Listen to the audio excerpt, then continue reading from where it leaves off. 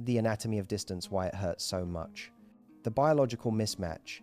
Before we can fix this situation, and we will fix it, we have to stop the shame spiral.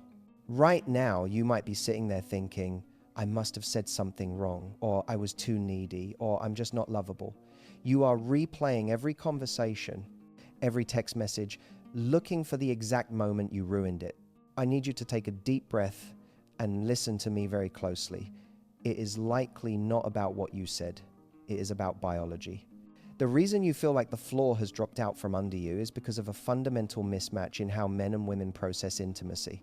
This is what I call the biological mismatch, and it is responsible for 90% of the anxiety you are feeling right now. Let's look at the timeline. Usually, a man pulls away right after a peak moment. Maybe you had an incredible weekend together where you felt closer than ever. Maybe you shared a deep secret, or the physical intimacy was off the charts. In your female brain, which is driven heavily by oxytocin, the bonding hormone, this peak moment signaled safety. To you, high intimacy means we are safe, we are connected, we are merging. Your system floods with feel-good chemicals that tell you to move closer. You want to text him more. You want to see him again immediately to keep that high going. But his system, it works differently.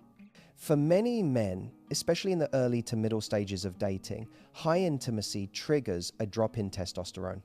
When a man bonds deeply, nurtures, and merges emotionally with you, his testosterone levels, which are linked to his sense of independence, drive, and autonomy, can temporarily dip. His biological alarm bell goes off. It doesn't say, I don't like her. It says, I am losing myself. So the very intimacy that made you feel safe made him feel vulnerable. While you are basking in the afterglow and wanting to step forward because of oxytocin, he feels a sudden primal urge to step back to rebuild testosterone. He isn't pulling away because you are unappealing. He is pulling away because he needs to re-regulate his internal chemical balance. He needs to feel like an autonomous man again, separate from you so that he can crave you again. The problem is nobody taught us this in school. So when he steps back to breathe, you interpret it as leaving. You feel the distance and your anxiety spikes. Your brain perceives his silence as a threat to your survival. This is evolutionary. Thousands of years ago, if a woman was abandoned by her protector, she was in danger. So your nervous system goes into fight or flight. You start chasing, you double text. You ask, is everything okay? But here is the tragedy of the biological mismatch. His need for space is a physiological reset, but your need for reassurance is a physiological panic. When you chase him during his reset phase, you are asking him for emotional labor right at the moment he has depleted his emotional tank. You are asking for connection when he is desperate for autonomy. This clashes. He sees your need for reassurance not as love, but as pressure, and that pressure makes him retreat further, which makes you panic more. It is a vicious cycle, but it starts with a simple biological truth. Men move in cycles of intimacy and autonomy. Women tend to move in a straight line of increasing closeness. Understanding this doesn't make the silence fun, but it should remove the blame. You didn't break it. You are just operating on a different hormonal timeline. He is currently in the autonomy phase of his cycle. If you can understand that this is a temporary state like hunger or sleepiness, you stop treating it like a permanent breakup. You stop trying to fix something that isn't broken but is simply recharging. But why does this recharging phase feel so aggressive? Why does he have to go so cold? To understand that, we have to look at the mechanics of male tension. We have to look at the rubber band. The rubber band theory, imagine for a moment a thick, durable rubber band. If you hold a rubber band loosely in your hands with no tension, it hangs limp. It has no energy. It has no power. For a rubber band to work, for it to have that snap, that force, that energy, it must be stretched. It must be pulled apart. This is the most important metaphor you will ever learn regarding male psychology. Men are like rubber bands. This concept was famously popularized by relationship expert John Gray, but in the modern dating world, it is more relevant than ever. A man's attraction to you is fueled by tension. Not stress, but emotional tension. That tension is what creates the spark, the the desire, the urge to hunt you, to text you, to see you. Here is how the cycle works.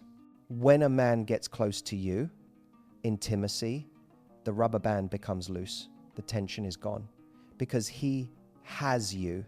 He is close. He is satisfied. There is no distance to bridge. Just like the biological reset we just talked about, once that tension is gone, he loses the drive to pursue. He feels full. In order for him to feel the desire to come closer again, he must pull away. He has to stretch that rubber band. He pulls back. Maybe he texts less. Maybe he's busy with work. Maybe he cancels a date. He is creating distance. Now, here is where 99% of women get it wrong. When he pulls back to stretch the band, you feel the tension rising. You don't like the distance. It feels cold. So what do? You step forward. You chase the rubber band. He pulls back an inch. You step forward an inch. He pulls back a foot. You step forward a foot. You send the checking in text. You show up at his place. You tag him in a meme to remind him you exist. By stepping forward when he is pulling back, you are keeping the rubber band limp. You are preventing the tension from building. You are doing the work for him. If you follow him every time he retreats, the rubber band never stretches. And if it never stretches, he never feels that powerful, snapping urge to come springing back to you. He pulls away because he wants to miss you. He might not know this consciously, but subconsciously, he needs to feel the void of your absence to realize how much he values your presence. When you chase him, you rob him of the opportunity to miss you. You suffocate the spark before it can reignite. I know how scary this feels. When the rubber band stretches, your anxiety tells you it's going to snap. You think, if I let him pull away, he'll just keep going and he'll never come back. That is the fear talking. The reality of physics and psychology is the opposite. If a man is interested, the further he pulls away, provided you stay put and hold your end of the band strong, the more tension builds. Eventually, that tension becomes uncomfortable for him. He starts to wonder, why isn't she chasing me? What is she doing? I miss her voice. Suddenly, the stored energy in the rubber band activates. Snap. He comes back. And usually, when he comes back after a period of distance, he comes back with more passion, more certainty, and more reassurance than before. Why? Because he chose to come back. He wasn't nagged back. He wasn't guilted back. He felt the distance. He didn't like it, and he closed the gap himself. This is the power of letting the rubber band stretch. It requires nerves of steel. It requires you to stand your ground, holding your end of the connection with confidence, refusing to run after him. If you run after him, you drop the band. If you stand still, you create the tension that brings him back. But I know what you're thinking. What if the rubber band is just broken? What if he isn't pulling away to reset? What if he's pulling away because he's actually done with me? This is the question that keeps you awake at 3 a.m. Is this a cycle or is it the end? Let's learn how to tell the difference. Fear versus lack of interest. We have established that men need to pull away to reset their biology and build attraction tension. That is the best case scenario, but we have to be realists. Sometimes a man pulls away not because he is recharging, but because he is checking out. The uncertainty between these two states is torture. You don't want to play it cool with a man who is actually ghosting you, and you don't want to panic on a man who is just stressed. So, how do you diagnose the silence? How do you tell the difference between fear and lack of interest? The end. There are 3 key diagnostic signs we need to look for. Diagnostic sign has shown. The quality of the in-between moments. When a man is just needing space, his behavior during the silence is usually passive, not destructive.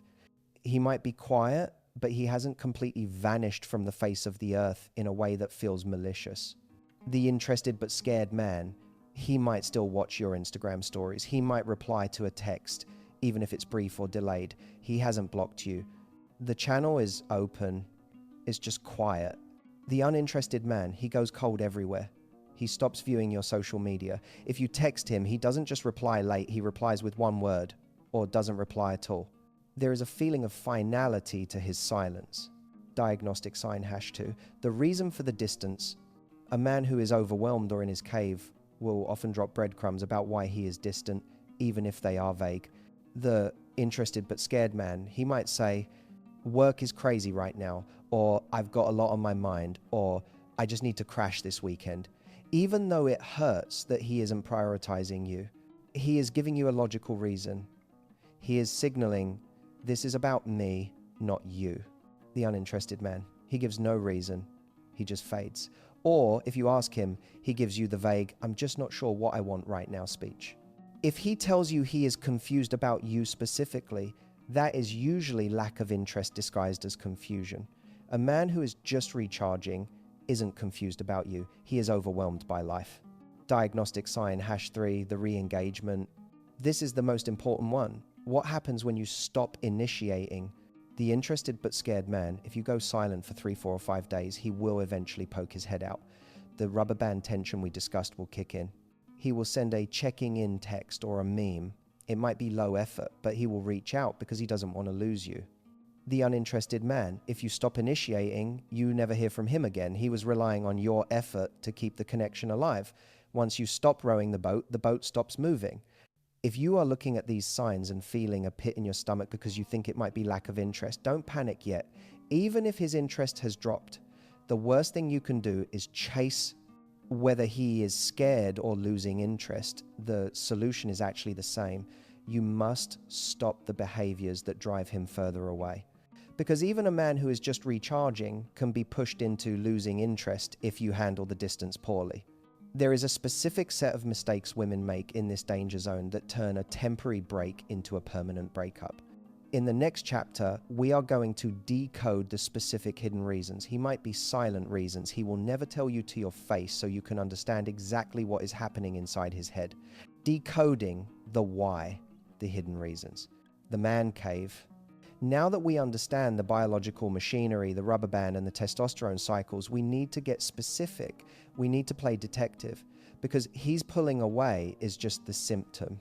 The disease, or the root cause, can be one of several different things. If you treat a man who is stressed like a man who is losing interest, you will push him away. If you treat a man who is losing interest like a man who is just stressed, you will get your heart broken. The first and most common reason a man goes silent is the concept of the man cave. You have likely heard this term before, but I want you to understand the neurology behind it. The male brain is typically compartmentalized. Think of a man's brain like a series of boxes that do not touch. There is a box for work, a box for money, a box for relationship, a box for hobbies. When a man is under extreme stress, let's say he is facing a crisis at work, or he has financial pressure, he does not process that stress by opening all the boxes and talking about them. He processes stress by retreating into one single box to solve the problem. He enters the man cave. When he is in this cave, he has single-minded focus. His biological imperative is to kill the dragon, solve the problem. While he is fighting that dragon, his brain literally shuts down power to the other boxes to conserve energy. The relationship box gets turned off, not because he doesn't love you, but because he cannot emotionally multitask. Women are generally diffusers. When we are stressed, our brain lights up like a Christmas tree. We want to talk, connect, and weave our problems into our relationships to feel supported. We solve stress through connection. Men solve stress through isolation. If your man has recently mentioned a big deadline, a family issue, or a financial worry, and then suddenly goes quiet, he is likely in the cave. He is focusing all his testosterone on fixing the issue so he can feel worthy of being your man again. The mistake women make here is taking his silence personally. You think if he loved me, he would lean on me for support. You try to force your way into the cave. You bring him soup. You ask, do you want to talk about it? You send cheer-up texts. But to a man in the cave, you are not being supportive. You are being a distraction. You are another demand on his energy.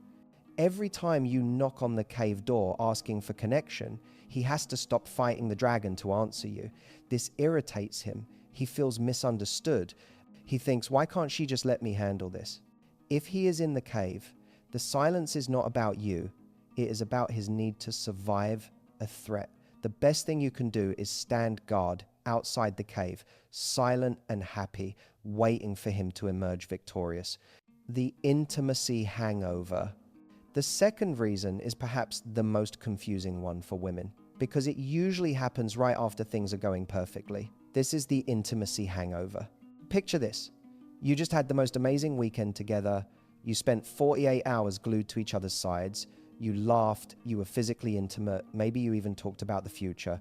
You felt a deep soul-level merger. You go home on Sunday night floating on a cloud. Monday comes, silence. Tuesday comes, a dry text. Wednesday, nothing. You are baffled. You think, but we just got so close. How can he be cold now? He is suffering from an intimacy hangover. This relates back to the testosterone dip we discussed in chapter 1, but it goes deeper into his psychology of vulnerability. For many men, especially those who value their independence or have been single for a while, deep emotional vulnerability feels dangerous. It feels like losing control.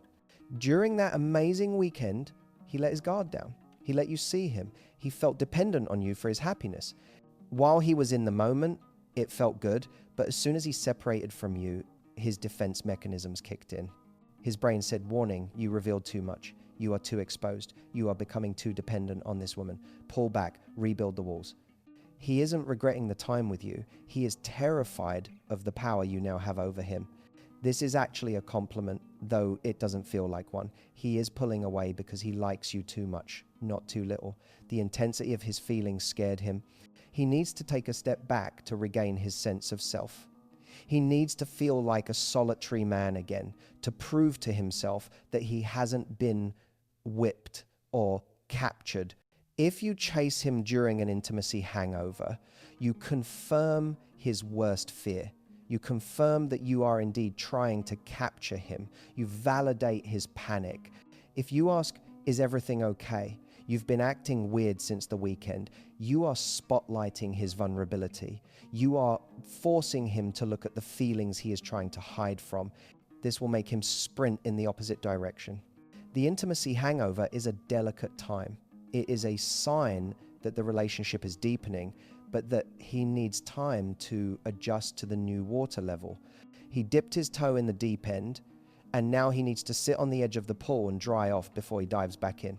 If you let him dry off, if you just let the silence be, he will realize that being vulnerable with you didn't kill him. He will realize he is safe, and he will come back for another dip. But sometimes the pullback isn't about fear of closeness. Sometimes it is a subconscious test of your character. The test of independence. Reason number 3 is less about his internal state and more about auditing you. This is the test of independence. This usually happens in the first 3 to 6 months of dating. It is a critical juncture. A man wants to know what kind of woman he is getting involved with. Specifically, he wants to know, is she the icing on the cake or is she trying to be the whole cake? Men are terrified of needy women. They are terrified of women who have no life of their own, who will cling to them like a barnacle. So subconsciously and sometimes consciously, a man will pull away just to see what you do. It is a stress test for the relationship. He wants to see, do you crumble? If he doesn't text you for a day, do you blow up his phone? Do you send a passive-aggressive quote on Instagram? Do you demand an explanation? If you do, you fail the test. You have shown him that your emotional stability is entirely dependent on his attention. You have shown him that you are high maintenance. To a man, this signals that a relationship with you will be exhausting. He thinks, if she can't handle one day of silence, how will she handle a lifetime of real problems? However, if he pulls away and you do nothing, if you go about your day, go to the gym, see your friends, and remain happy, you pass the test with flying colors. You demonstrate that you are high value. You show him that you have a life outside of him. You show him that while you want him, you do not need him to survive. This is incredibly attractive. It creates a sense of safety for him. He realizes, okay, she is solid. She isn't going to suffocate me. I can breathe in this relationship. Once he realizes he can breathe, he stops testing. He comes back, and he usually stays closer because he knows you are a safe harbor, not a prison. The pace mismatch. Reason number 4 is a logistical issue that turns emotional. It is the pace mismatch. In many relationships, there is one person who is the gas and one person who is the brake. Usually, because of the way women are socialized to value relationship milestones, the woman is the gas. She is thinking about exclusivity. She is thinking about meeting the parents. She is thinking about the summer vacation 3 months from now. The man, on the other hand, might still be deciding if he wants to see you this Friday. When you are moving at 100 miles per hour emotionally, and he is moving at 40 miles per hour, he starts to feel drag. He feels the pressure of your expectations. Even if you don't say anything, he can feel the energy. He can feel that you are waiting for a commitment. He can feel that you are overly available. He can feel that you have already scripted the next 5 steps of the relationship in your head. This triggers his pressure valve. When a man feels pressure to feel something he hasn't naturally arrived at yet, he rebels. It's human nature. If someone tries to force feed you a meal, even if it's a delicious meal, you will clamp your mouth shut. You want to eat when you are hungry, not when someone shoves the fork in your face. The pace mismatch causes him to pull away because he is trying to slow the car down. He feels the relationship is careening out of control. He thinks, whoa, this is moving too fast. I need to hit the brakes to see if I actually want to go in this direction. The mistake women make here is interpreting his braking as a crash. You feel the car slow down, so you step on the gas harder. You try to secure the relationship. You ask, where is this going? Or are we exclusive? Right at the moment, he is tapping the brakes. This causes a collision. He pulls away to regain a sense of control over the pace. He needs to feel like he is choosing you, not being dragged into a relationship with you. He needs to feel that the commitment is his idea. If you sense a pace mismatch, the only way to fix it is to take your foot off the gas. You must match his speed. If he is moving at 40 miles per hour, you slow down to 35 miles per hour. This relieves the pressure immediately. When he stops feeling pushed, he stops resisting. He might even notice you've slowed down and decide to speed up to catch you. But he can only do that if you stop trying to drag him across the finish line. The uncertainty principle. This next reason is arguably the most profound psychological secret of male desire. I call it the uncertainty principle. There is a saying that you must memorize: men fall in love in your absence, not your presence. When you are with him, he is enjoying your company. He is satisfied. But when you are with him, he isn't thinking about you. He is experiencing you. It is only when you are apart that his imagination turns on. It is only when there is distance that he can wonder, what is she doing? Who is she with? Does she miss me? That wondering is where the magic happens. That is where love grows. However, for that mechanism to work, there must be uncertainty. He has to be a little bit unsure of where he stands with you. He has to feel a tiny percentage of doubt about whether he has fully conquered you. If you are 100% available, 100% predictable, and 100% sold on him, there is no uncertainty, there is no mystery. He knows exactly where you are waiting for him. He knows exactly what you are doing, thinking about him. When a man is 100% certain of you, he naturally pulls away, not because he is mean, but because the game is over. He has won. The challenge is gone. His hunting instinct goes dormant. He pulls away to see if he can generate some friction. He is subconsciously trying to create a gap to see if you will chase him, just to check if the dynamic is still alive. If you are constantly texting him, constantly updating him on your life, constantly available for dates at the drop of a hat, you are violating the uncertainty principle. You are boring him with certainty. He pulls away because he craves the longing. He craves the feeling of missing someone. It's a bittersweet feeling, but it's addictive. If he is pulling away, it might be his brain's way of saying, I need some room to fantasize about her. But if you panic and flood him with attention, you kill the fantasy. You replace his imagination with your reality. And usually, reality is a lot less exciting than what he was dreaming up in his head. You must allow the uncertainty to exist. You must allow him to sit in the unknown for a few days. Let him wonder. Let him realize that his life is a little less colorful when you aren't in it. The loss of attraction. Finally, we have to address the reason that hurts the most. We have to be honest, because false hope is toxic. Sometimes he isn't in a cave, he isn't stressed, and he isn't testing you. Sometimes he is pulling away because of the loss of attraction. This usually happens in longer term scenarios or after the honeymoon phase wears off. The reality is that attraction is not a permanent state. It is a fluctuating emotion. It can grow, but it can also die. Why does attraction die? Usually, it comes down to a loss of polarity. The relationship has become routine. Maybe you have stopped doing the things that made you confident and happy. Maybe the dynamic has shifted into nagging or roommate mode. Maybe you have started treating him like a project to be fixed rather than a man to be admired. When a man loses attraction, he rarely says, "I am not attracted to you anymore." That is a cruel and difficult conversation to have. Instead, he chooses the path of least resistance, passive withdrawal. He pulls away slowly. He becomes busy. He stops initiating intimacy. He avoids deep conversations. He is hoping that if he creates enough distance, the relationship will just fade out. Or he is hoping you will get so annoyed that you will break up with him, saving him from being the bad guy. This is the hard truth. But here is the twist. Even if this is the reason, even if attraction has dropped, the solution is still not to chase. Chasing a man who is losing attraction is like trying to hold water in your hands. The tighter you squeeze, the faster it slips away. If he is bored or feeling suffocated, your desperation will only repulse him further.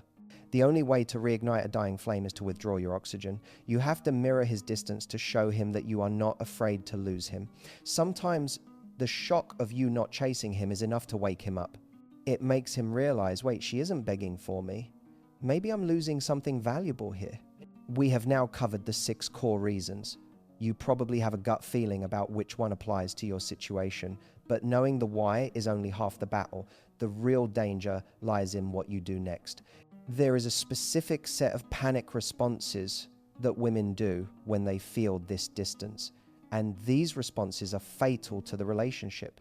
In the next chapter, we enter the danger zone. I am going to walk you through exactly what not to do so you don't accidentally turn a temporary pullback into a permanent goodbye. The danger zone. What not to do. The fix-it texting spiral. We have arrived at the most critical junction of this entire video. This is the triage unit. If you are currently panicking because he is pulling away, your brain is screaming at you to do something. The anxiety is physical. It feels like a tight knot in your chest or a pit in your stomach. You look at your phone and it feels like burning coal. You feel this overwhelming, compulsive urge to reach out. You tell yourself, I just want to see if he's okay. You tell yourself, I just want to make sure I didn't offend him.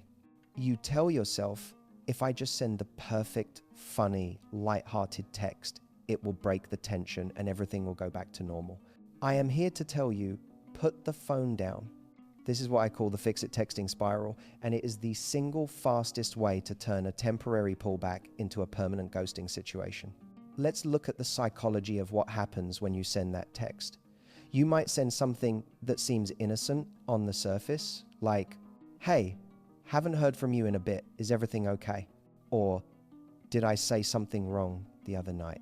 Or even just a double text meme after he left you unread. To you, this is communication. To you, this is an attempt to bridge the gap.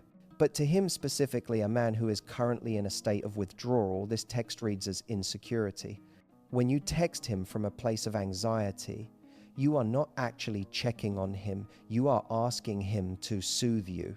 You are essentially saying, your silence is hurting me. Please say something to make me feel safe again. Even if the words are casual, the energy is heavy. It is a demand. You are demanding a reaction. You are demanding reassurance. If he is pulling away because he is stressed, man cave, or because he is feeling pressured, the pace mismatch, your checking in text adds more weight to his shoulders. He sees your name pop up on his screen, and instead of feeling excited, he feels a pang of guilt and annoyance. He thinks, great, now I have to deal with her emotions too. I can't even take a breath without her panicking. This kills attraction. Remember, attraction grows in space. Attraction grows when he wonders about you. When you reach out to fix the silence, you are robbing him of the space he needs to miss you. You are showing him that your world revolves around his validation. Furthermore, the fix-it spiral usually gets worse. First, you send the innocent check-in. He doesn't reply for 4 hours. Now your anxiety doubles. You start overthinking. Maybe he didn't get it. Maybe he's mad. So you send another one. Just wanted to make sure you're alive, lol. Still nothing. Now the panic turns to anger. Okay, guess you're too busy to text back. Do you see what just happened? In the span of 12 hours, you went from a cool girl to a clingy girl to a bitter girl, all while he was just busy at work or taking a nap. You had an entire relationship fight by yourself. When he finally looks at his phone, he sees a wall of neurotic energy. He sees a woman who has no emotional discipline. And at that point, he decides, yeah, this is too much drama, I'm out. The silence was the test. The text was the failure. If you are in this spiral right now, you must stop. Delete the draft. Hand your phone to a friend. Do whatever you have to do. The silence is not your enemy. Your reaction to the silence is the enemy. You cannot fix the distance by closing it yourself. He must be the one to return. But there is a trap even more dangerous than the text. It's the desire to have the conversation. The talk trap. If the fix-it text is a stumble, the talk trap is a face plant off a cliff. This happens when the anxiety becomes too much to bear, and you decide that you need clarity. You tell yourself that you are a strong, empowered woman who knows what she wants, and you aren't going to tolerate games. You convince yourself that demanding answers is an act of self-respect. So while he is distant, while the energy is weird, you hit him with, "We need to talk," or "Where is this going?" or "What are we? I need to know where I stand." I understand why you do this. Logic tells us that if there is a problem, we should communicate to solve it. In a marriage, this is true. In a secure, long-term partnership, this is true. But in the dating phase, or in a moment where attraction is wavering, the talk is relationship suicide. Here is the psychology. You are trying to solve an emotional problem, his lack of feeling desire, with a logical solution, a label, or verbal commitment. It doesn't work. You cannot negotiate desire. You cannot logic a man into wanting to be with you. When he is pulling away, his attraction meter is currently low. His doubt meter is high. He is focused on me, not we. When you force the talk during a downswing, you are backing him into a corner. You are holding a gun to his head and saying, "Commit to me right now or else." Since he is already feeling doubtful or stressed, and since he is currently incapable of giving you the enthusiastic yes, you are forcing him to give you the only other answer available. No, you are forcing him to break up with you. He might not have wanted to break up. He might have just needed a week to cool off. He might have just been busy. But because you demanded a definitive answer right now, in the middle of his doubt, he will panic. He will think, "I can't give her what she needs. She's putting too much pressure on me. I don't want to hurt her, so I better just end it now." He will say things like, "I'm not ready for a relationship right now. You deserve someone better. I can't be what you need." He is saying these things because you forced him to make a decision while he was in a negative state of mind. Think of it like this. Imagine you are at a store browsing for clothes. You are holding a sweater. You kind of like it, but you aren't sure. You're looking at the price tag, thinking about it. Suddenly, the salesperson rushes up to you and screams, "Are you going to buy it? Decide now. The store is closing. Buy it or leave." What do? You drop the sweater and you run out of the store. That is what you do when you ask, "What are we?" to a man who is pulling away. You are the aggressive salesperson. If you want him to buy the sweater, you have to let him try it on. You have to let him look in the mirror. You have to let him decide he looks good in it. You have to give him space to convince himself that he wants it. Seeking clarity is often just a disguise for seeking safety. You want him to promise you that you won't get hurt, but asking for that promise when he is 1 foot out the door will only slam the door shut. You have to be brave enough to sit in the ambiguity without demanding a label. Clarity will come, but it will come through his actions, not his words. Let him wonder about you, rather than you demanding answers from him. But while you are resisting the urge to talk, you must also resist the urge to broadcast your feelings to the world. Passive-aggressive social media. In the modern age, we have a new weapon in our arsenal of self-sabotage: the story view. We all do it. You post something on Instagram or Snapchat, and then you stare at the view list. Did he see it? He saw it 4 minutes ago. Why hasn't he texted? This obsession leads to one of the most unattractive behaviors in the dating playbook: passive-aggressive posting. This manifests in 2 ways. The sad girl post, posting melancholy quotes about trusting the wrong people or knowing your worth, or songs with lyrics about heartbreak. The thirst trap, posting overly sexualized or living my best life photos, specifically designed to make him jealous or get a reaction. You might think this makes you look unbothered or high value. In reality, it screams the exact opposite. To a man, this is transparent.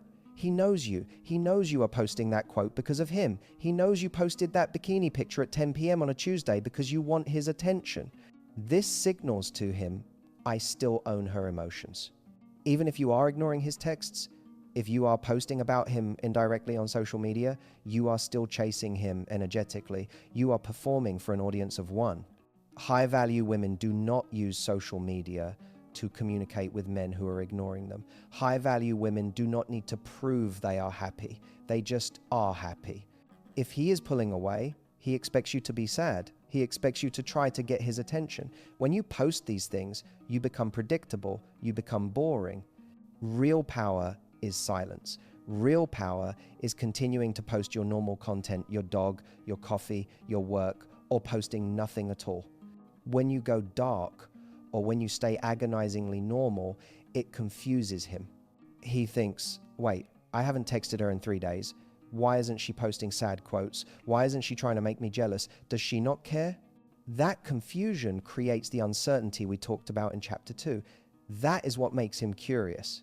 Do not let your social media be a diary of your anxiety. Your public persona should remain untouched by his private behavior. Do not give him the satisfaction of knowing he ruined your day. If you are hurting, tell your best friend. Do not tell your Instagram story. Becoming the mother therapist. This final trap is the most insidious because it comes from a place of love. It comes from your good heart. It is the trap of becoming the mother or the therapist. When a man pulls away, especially if he has hinted at being stressed or depressed, the man cave, your nurturing instinct kicks in. You want to help him. You want to fix him. You think, if I can just show him how supportive I am, he will realize I'm the perfect partner and he'll come back. So you start mothering him. You send texts like, make sure you're drinking water today. Or, I know you're stressed, just remember to breathe. You offer to do things for him. You try to psychoanalyze him. You say, I feel like you're pushing me away because of your childhood trauma. Let's talk about it. You are trying to heal him into loving you. Here is the brutal truth. Men do not sleep with their mothers, and men do not sleep with their therapists. When you shift into nurturer mode, you kill lover mode. You are shifting the dynamic from a romantic partnership, 2 equals desiring each other, to a parent-child dynamic, 1 person. Taking care of the other, while he might appreciate the support logically, sexually and romantically, it dries him up. It makes him feel suffocated. It makes him feel like a project. Furthermore, when you overgive to a man who is undergiving, you destroy your own value. You are rewarding his bad behavior. He ignores you, you bake him cookies. He blows you off, you send him a supportive paragraph. You are teaching him, the worse you treat me, the harder I will try to please you. Why would he ever step up and court you if he gets the wife treatment while giving you stranger treatment? You cannot save a man. You cannot love a man out of his funk. And most importantly, it is not your job to manage his emotions. He is a grown man. If he is stressed, he needs to figure it out. If he is depressed, he needs a doctor, not a girlfriend playing doctor. The most supportive thing you can do for a man who is struggling is to trust him to handle it. It sounds counterintuitive, But stepping back and saying, I trust that you are capable of solving your own problems, is the ultimate sign of respect. Mothering implies, I don't think you can handle this, so I'll do it for you. Stepping back implies, I know you're a strong man. Let me know when you're done slaying the dragon. He wants a partner who is his equal, a woman who stands on her own 2 feet, not a caretaker who is hovering over him with a spiritual first aid kit. By avoiding these 4 traps, the fix-it text, the talk, the passive-aggressive post, and the mothering, you stop the bleeding. You stop making the situation worse. But stopping the damage is only step 1. Now, we have to go on the offensive. We have to turn this ship around. We have to take specific, powerful actions that will not only stop him from pulling away, but will pull him back to you like a magnet. It's time to hit the reset button. It's time to regain your high-value status. In the next chapter, I'm going to show you exactly how to do that. The high-value reset, the mirroring technique, we have stopped the bleeding, you have put down the phone, you have resisted the urge to send the fix-it text, and you haven't trapped him in a heavy conversation. You have successfully avoided the danger zone. Now we pivot. Now we start the actual work of reattracting him. The first step in this process is a concept I call the mirroring technique. To understand this, we have to look at the mistake most women make when a man pulls away. I call it the overcompensation math. In a healthy relationship, the energy exchange should be roughly 50/50. You give 50%, he gives 50%. The connection is whole. But when he pulls away, his contribution drops. Let's say he drops down to only 20%. He is distant, he is cold, he is busy. Your instinct driven by fear and the desire to save the connection is to make up the difference. You think, if he is only giving 20%, I need to give 80% so that we are still at 100%. You start doing more, you text more, you plan the dates, you carry the conversation, you become the emotional engine of the relationship. This is fatal. When you overcompensate for his lack of effort, you are teaching him a terrible lesson. You are teaching him, you can do less and I will do more. You can step back and I will chase. You are rewarding his distance with your effort. Psychologically, this destroys his respect for you. A man cannot respect a woman who rewards bad behavior because it shows she has low value for her own energy. The mirroring technique is the antidote. It is the law of energy conservation. The rule is simple: match his investment. Do not exceed it. If he steps back 5 feet, you do not step forward 5 feet to close the gap. You step back 5 feet as well. If he takes 4 hours to reply to a text, you do not reply in 4 seconds. You take 4 hours or more. If his texts become short and logistical, your texts become short and logistical. If he stops saying goodnight, you stop saying goodnight. Now, I want to be very clear about the intention here. This is not a game. This is not tit for tat. This is not you being petty or punishing him because you are angry. If you do this out of anger, if you ignore him just to be a brat, he will feel the resentment in your energy. It will feel toxic. Mirroring is not about punishment. It is about self-respect. You are simply adjusting your energy to match the reality of the situation. You are saying to the universe and to him, I am a high-value woman. My attention is a gift. I only give my attention to people who are actively courting me. If you stop courting me, you stop receiving the full benefits of my energy. Think of it like a tennis match. If he stops hitting the ball back to you and you just keep serving balls over the net, eventually you are just standing there alone, surrounded by balls, looking foolish. Mirroring means you hit the ball back only when he hits it to you. If he stops playing, you stop playing. You walk off the court and go get a smoothie. When you mirror him, 2 things happen. First, you stop looking desperate.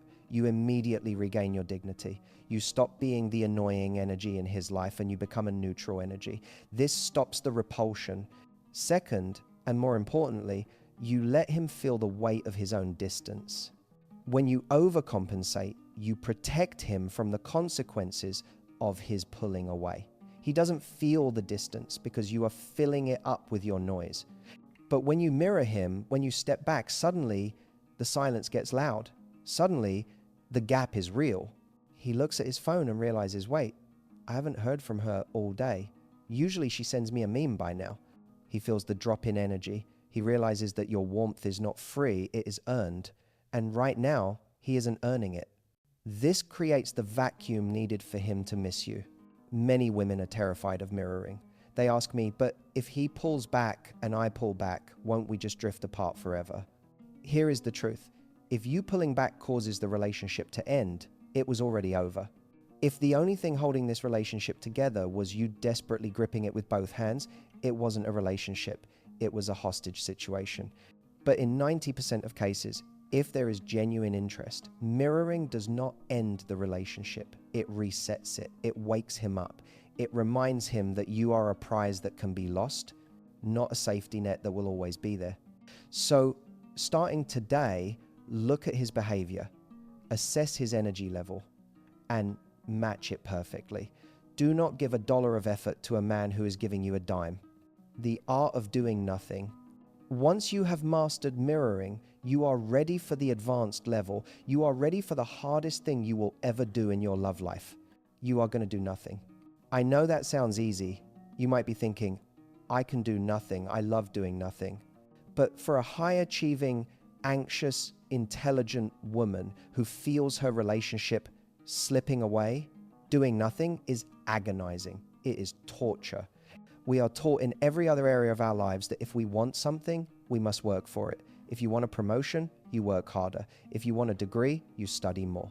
If you want a fit body, you go to the gym. We are conditioned to believe that action equals results. So when our relationship hits a snag, our work hard programming kicks in.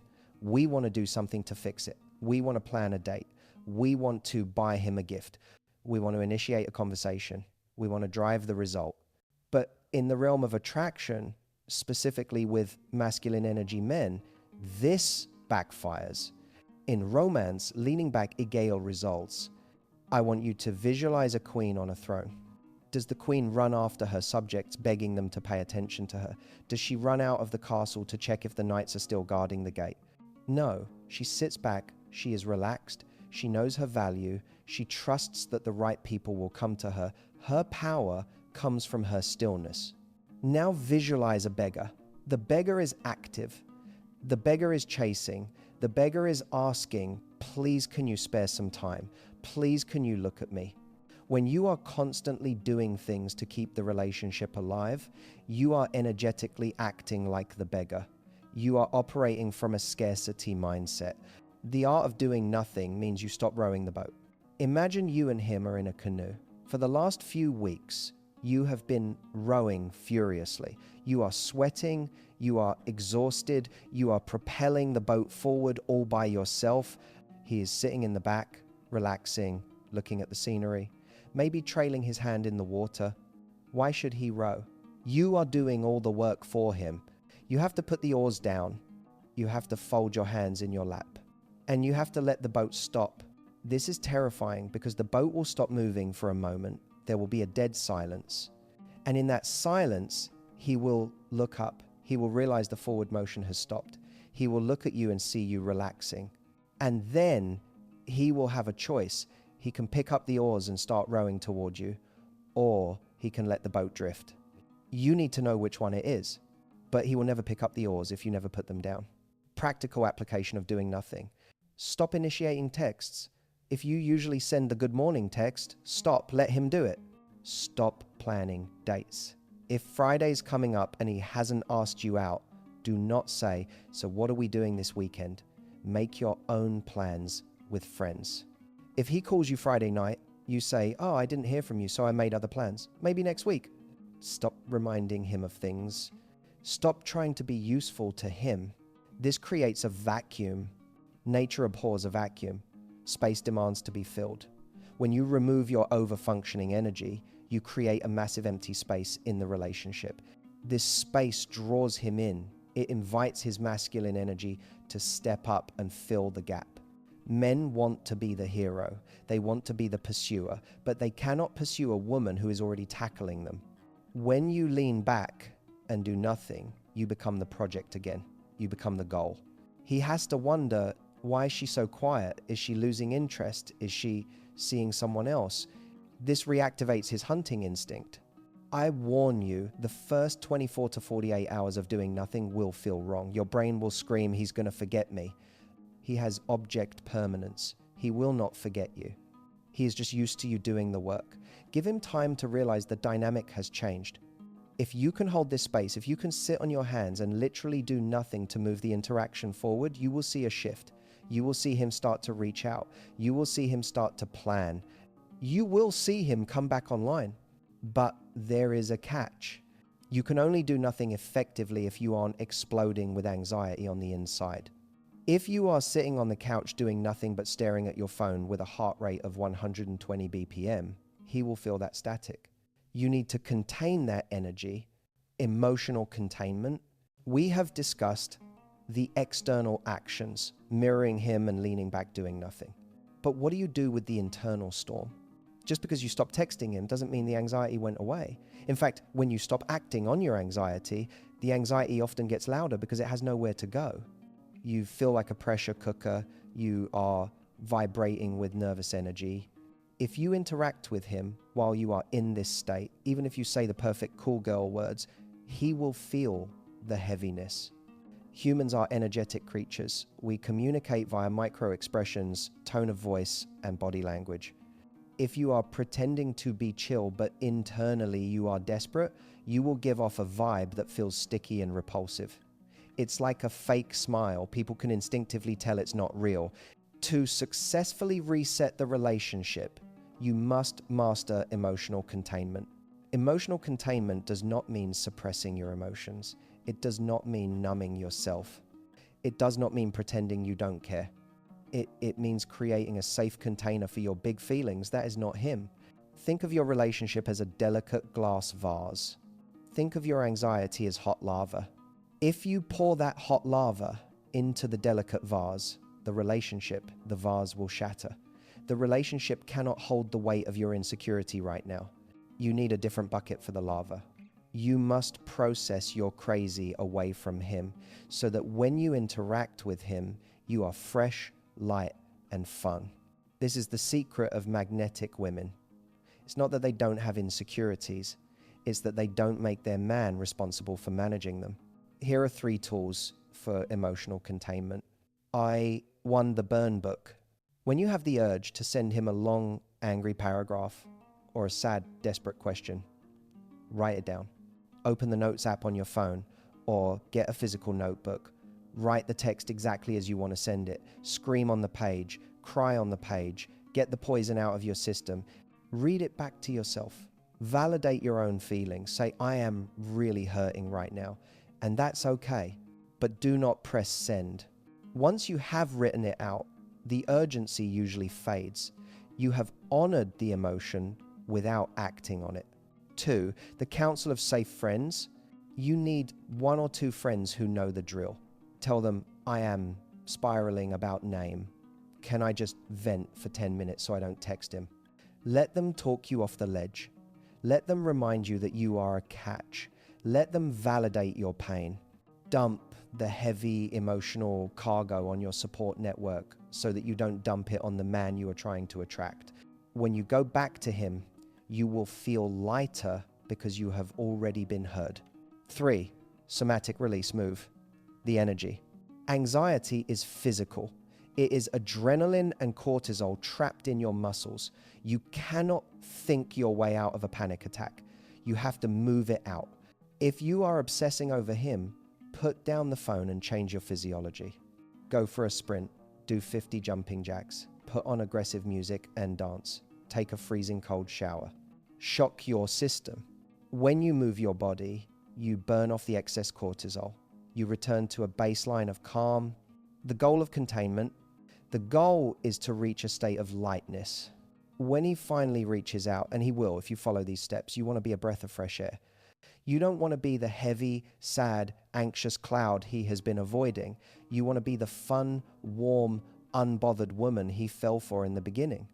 If he texts you, hey, sorry, I've been MIA, and you have successfully contained your emotions, you can reply, hey, no worries, I've been super busy too. Hope you're good. And you will actually mean it. This lightness is addictive to men. In a world full of stress and pressure, a woman who can manage her own emotional state is a unicorn. He will want to be around you because you feel good, you feel safe, you feel happy. By mirroring his actions, doing nothing to force the outcome, and containing your heavy emotions, you have completely reset the dynamic. You have stopped chasing. You have created space. You have become a safe harbor, but we aren't done yet. Now that we have reset the baseline, we need to elevate you. We need to take you from passive high value to active mystery. We need to make him worry that he might lose you. In the next chapter, we are going to cultivate magnetic mystery. I'm going to show you how to reclaim your pedestal and become the woman he obsessively thinks about when he's alone. Cultivating magnetic mystery, reclaiming your pedestal.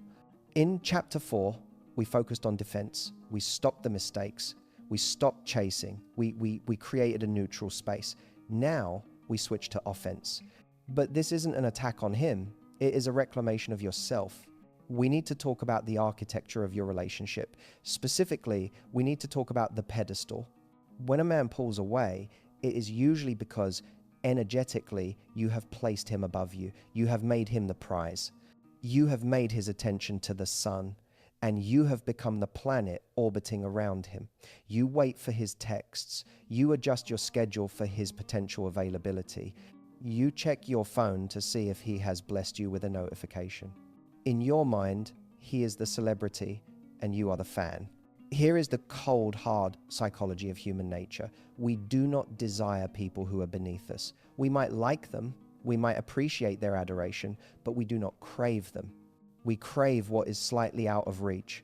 We crave what we have to look up to. If you have put him on a pedestal, he is looking down on you. And from that vantage point, he cannot feel the tension of attraction. He only feels the weight of your expectation. To re-attract him, you must physically and mentally reclaim your pedestal. You must take him down. He is just a man. He eats, he sleeps, he has insecurities, he has bad breath in the morning. He is not a god. He is not the source of your happiness. He is a guest in your life, and right now, he is being a rude guest. So, how do you swap places? How do you become the prize again? It starts by decentralizing him. Right now, he is the main character of your movie. You wake up and think about him. You go to sleep thinking about him. When you talk to your friends, you talk about him. You have to fire him from the lead role. He is now a background character until he auditions for the lead role again. You need to fill the center of your life with you. This sounds like a cliche self-help phrase, but I want you to apply it literally. Look at your calendar. Is it full of things that light you up? Or is it full of empty space just in case he calls? If it is empty, fill it. Book a yoga class. Schedule a dinner with your girlfriends. Start that painting course. Go visit your mum. When you fill your time with things that have nothing to do with him, two things happen. First, you actually become busy. You aren't faking being busy to trick him. You are genuinely unavailable because you are living a life. When he finally texts you at 7 p.m. on a Friday and you don't reply until Saturday morning because you were out dancing or reading a book or sleeping, he feels a shift in the matrix.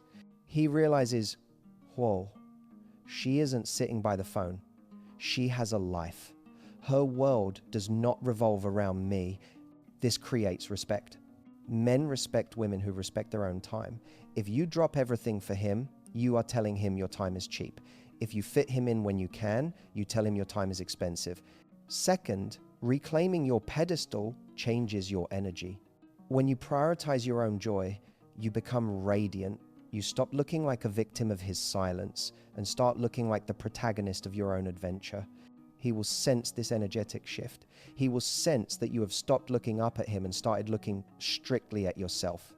And paradoxically, the moment you stop treating him like a celebrity, he will start treating you like one. He will realize that if he wants a slot on your calendar, he has to book it in advance. He has to earn his way back onto the pedestal.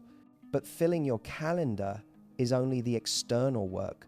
The internal work is even more powerful. You have to change your vibration. The vibration of unbothered We have all met that woman, the one who walks into a room and just owns it. She isn't necessarily the most beautiful or the loudest, but she has an air about her. She seems completely relaxed. She seems unbothered. You look at her and you know she doesn't need anyone's approval. That vibration, the vibration of I am okay with or without you, is the most potent aphrodisiac in the world to a masculine man.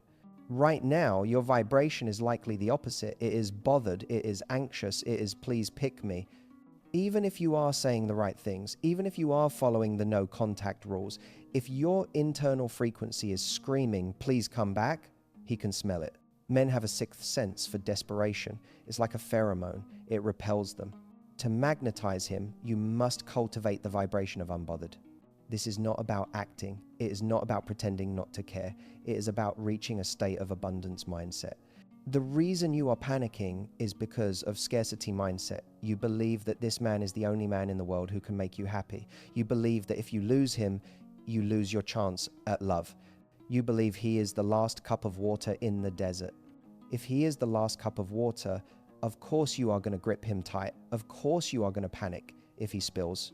But he is not the last cup of water. He is just a cup. And you are standing next to an ocean. To shift your vibration, you must convince your subconscious mind that you have options. I am not telling you to go out and sleep with other men if you don't want to, but I am telling you to open your eyes to the abundance around you. Notice other men. Notice that men notice you. Remind yourself, I am a catch, I am loving, I am beautiful, I am fun. If this man is foolish enough to walk away from me, that is his loss, not mine. Someone else will act right. When you truly believe that, you will be fine no matter what the outcome is. Your energy relaxes. You stop grasping, you lean back. This is the willingness to lose him paradox. In order to keep a man, you must be willing to lose him. You must be able to look at the relationship and say, I want this to work, but if it doesn't, I will survive and I will thrive. When a man feels that you are willing to walk away if your standards aren't met, he feels a sudden urge to secure you. Why? Because you are dangerous. You are not a guaranteed thing. A woman who needs him is safe. He can treat her however he wants and she will stay. A woman who wants him but doesn't need him is a challenge. He has to stay on his toes to keep her. How do you practice this vibration? You practice outcome detachment. Every morning wake up and say, I surrender this relationship. I focus on my own happiness today. If he comes, great. If he goes, I am protected. Visualize yourself happy without him. Visualize yourself traveling, laughing with friends, meeting a new amazing man in the future. Once your brain sees that life without him is not a death sentence, the panic subsides, the grip loosens. And in that moment of release, the dynamic flips. He stops feeling your claws in his back. He stops feeling the pull. He feels the sudden absence of your neediness. And that is when he gets curious. That is when he thinks, wait, is she moving on? Is she over me? That thought, the thought that he might be losing you, is the spark that reignites the fire. Social proof and the glow up. We have fixed your mindset. Now, let's talk about the physical world. Let's talk about what he sees. Men are visual creatures, yes, but they are also social creatures. They are heavily influenced by what we call social proof. Social proof is the idea that if other people want something, it must be valuable. If you walk past a restaurant and it is empty, you assume the food is bad. If you walk past a restaurant and there is a line out the door, you assume the food is amazing and you want to get in line too. Right now, if you are isolating yourself and crying over him, you are the empty restaurant. You need to create a line out the door. You need to show him subtly that the market value of you is high. This brings us to the glow up. While he is pulling away, you are going to use this time to level up. You are going to channel that anxious energy into your appearance and your lifestyle. This is not about getting plastic surgery or changing who you are. It is about polishing the diamond. 1. The physical glow up. Go to the gym. Not for him, but for the endorphins and the revenge body. Eat clean foods that make your skin glow. Get a new haircut or try a new makeup look. Buy a new outfit that makes you feel like a goddess. When you look in the mirror and think, damn, I look good, your energy shifts. You walk taller. And if you happen to post a photo where you look radiant and happy, not a thirst trap, just a genuine great photo, and he sees it, he sees a woman who is blooming, not wilting. He thinks she looks better than when I last saw her. Why is she glowing? Who is she glowing for? 2, the social glow up pre-selects. You need to be seen living your life. And ideally, you need to be seen in the presence of other people. Go out with your friends, post stories of clinking glasses, of laughter, of being out in the world. If you have male friends, platonic ones, hang out with them. You don't need to fake a boyfriend.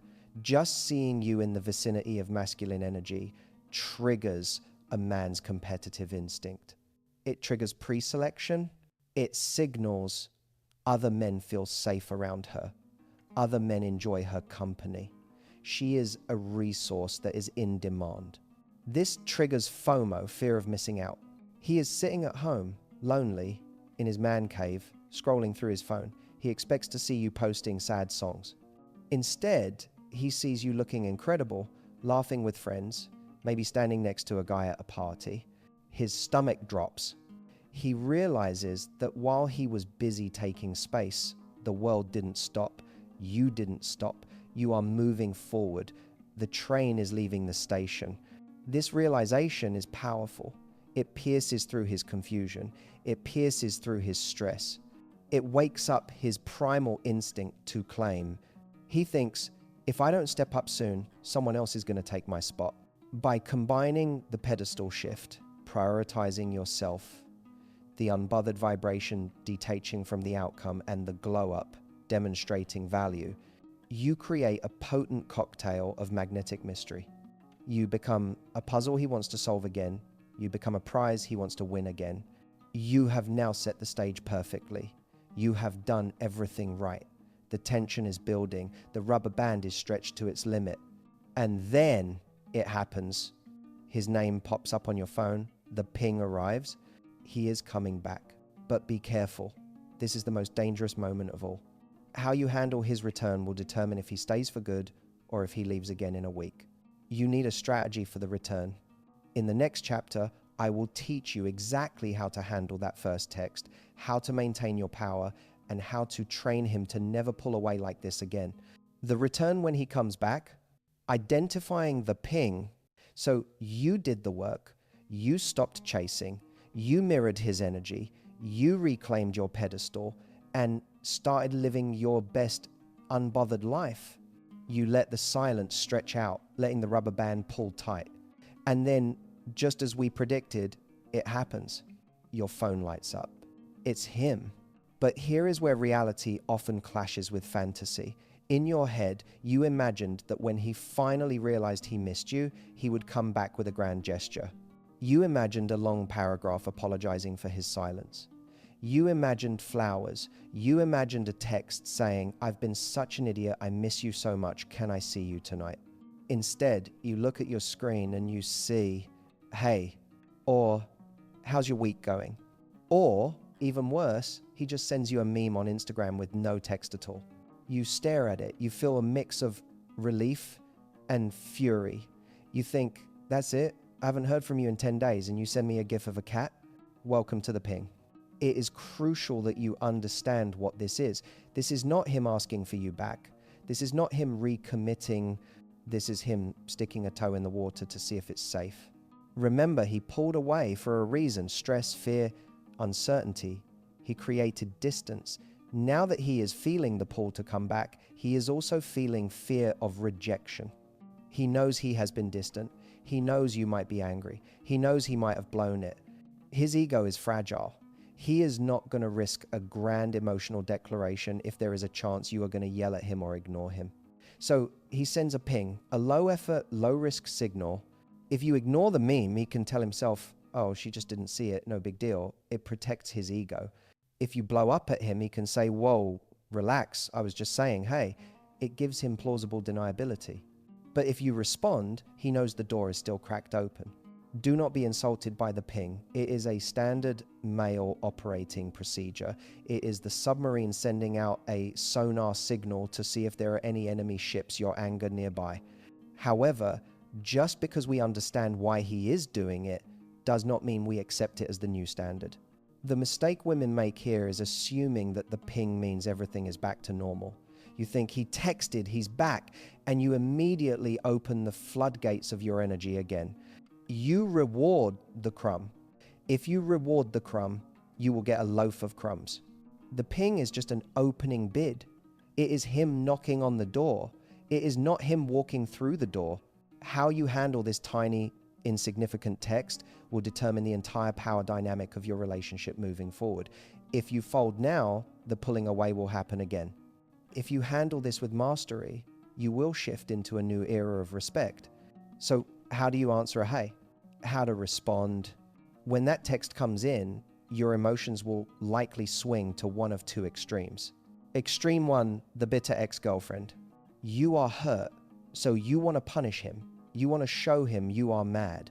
You reply, oh, so you're alive? Or, funny hearing from you. Or you leave him to read for 3 days to teach him a lesson. Extreme 2, the overeager puppy. You are so relieved he texted that you forget all your boundaries. You reply immediately, hey, I missed you. How are you? Oh my God, so much has happened. Both of these responses fail. The bitter response tells him, I am emotionally wounded by you. You control my feelings. It confirms he is still the center of your world, negatively. It also makes you seem heavy and dramatic, which might send him running back into his cave. The overeager response tells him, you can treat me like an option, ignore me for weeks, and I will still be right here wagging my tail whenever you whistle. It lowers your value to 0. You need the middle path. You need the warm breeze method. Think of a warm breeze. It is pleasant. It feels good on your skin, but it is fleeting.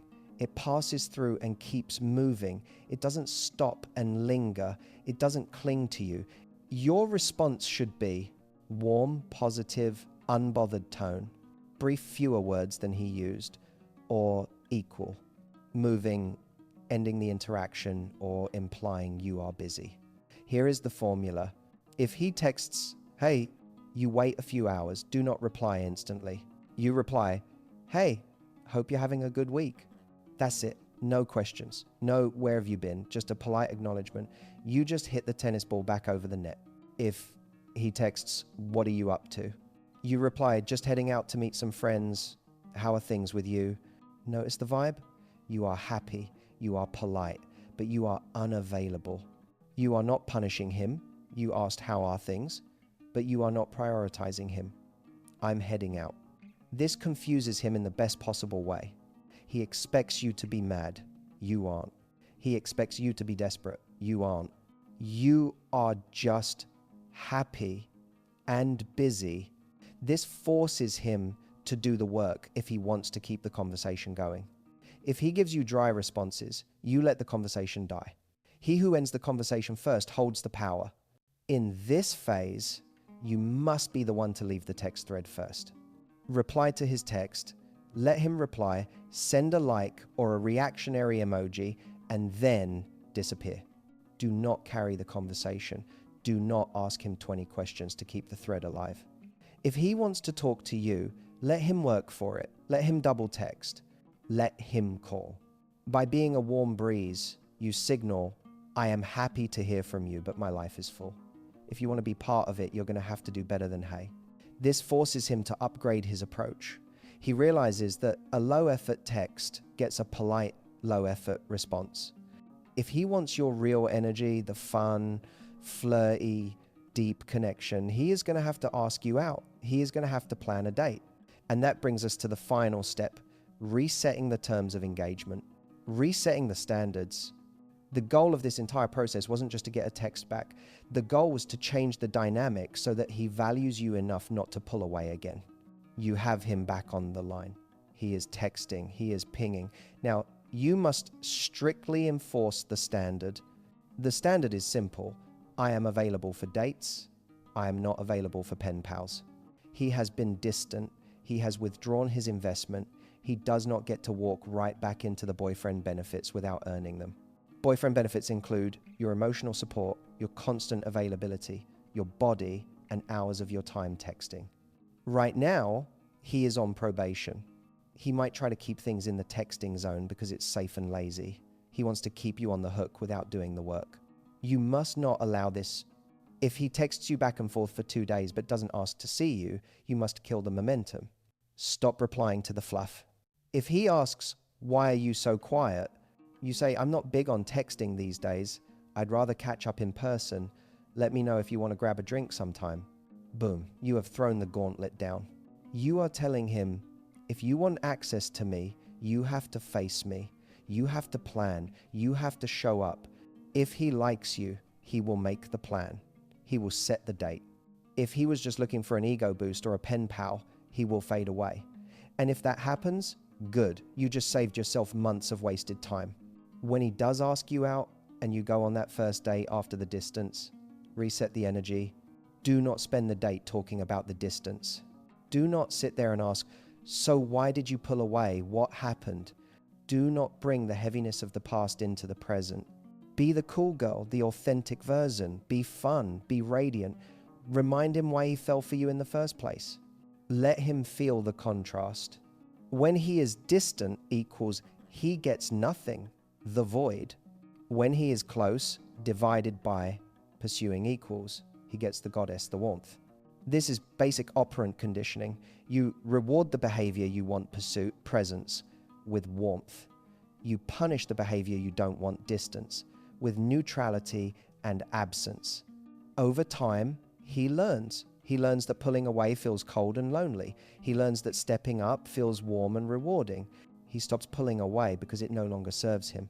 He realizes that you are a woman with standards, a woman who cannot be put on a shelf, a woman who requires presence. And that is a woman he will never want to let go of. We have covered the journey from the panic of the pullback to the power of the return. But I want to leave you with one final thought, a permanent shift in how you view yourself and your relationships. Let's wrap this up in the conclusion. The permanent shift, the ultimate takeaway. We have traveled a long emotional distance together in this video. We started in the panic of the silence, analyzed the biology of the male brain, navigated the traps of the danger zone, and built a strategy to reclaim your power. But if you forget everything I said about rubber bands, mirroring, and warm breezes, I need you to remember just one thing. This is the permanent shift. The moment he pulled away was painful. I know it was. It triggered your deepest fears of abandonment.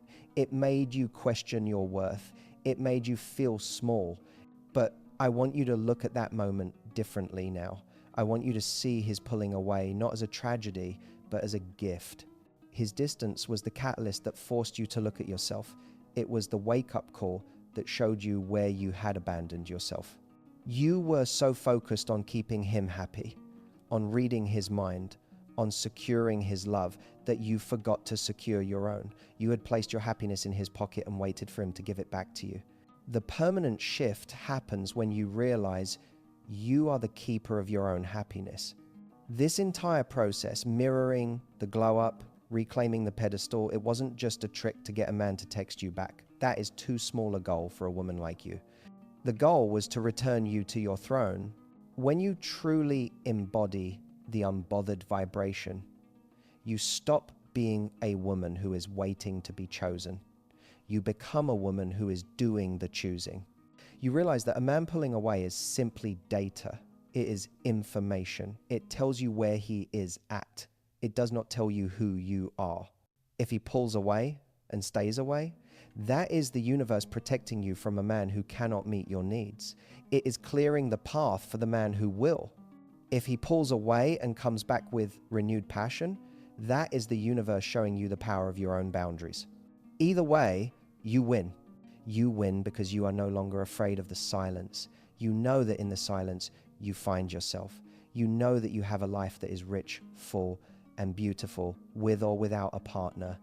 And ironically, that is the exact energy that makes a man never want to leave your side. A man wants to be with a woman who is whole. He wants to be the complement to your life, not the entire foundation of it. By doing this work, you have become whole. You have become the prize. So the next time you feel the distance, the next time the texts slow down, do not panic. Smile, lean back. take a deep breath and whisper to yourself, I am the table. He is lucky to have a seat. Trust the space. Trust yourself. The right love does not need to be chased. It simply needs to be welcomed when it arrives and released when it isn't ready. Final call to action. If this video resonated with you, if you felt seen and understood today, I have a small favor to ask. There are thousands of women right now, amazing, loving, beautiful women who are sitting in their rooms, staring at their phones, feeling that exact panic you felt at the start of this video. They feel alone. They feel crazy. I want you to help me reach them. Please, like this video. It tells the algorithm to show this message to the women who need it most. And subscribe to the channel. We are building a community here of high-value women who are rewriting the rules of modern dating. I don't want you to miss the next lesson because we are only just getting started. And finally, I want to hear from you. In the comments below, I want you to write one affirmation to anchor this new mindset. Write, I do not chase, I attract. Let that be your mantra for the week. Scroll through the comments and read the mantras of the other women here. Realize you are not alone in this. We are all learning, we are all growing, and we are all taking our power back together. Thank you for trusting me with your time today. Keep your head high, keep your standards higher. And remember, you are magnetic. I'll see you in the next video.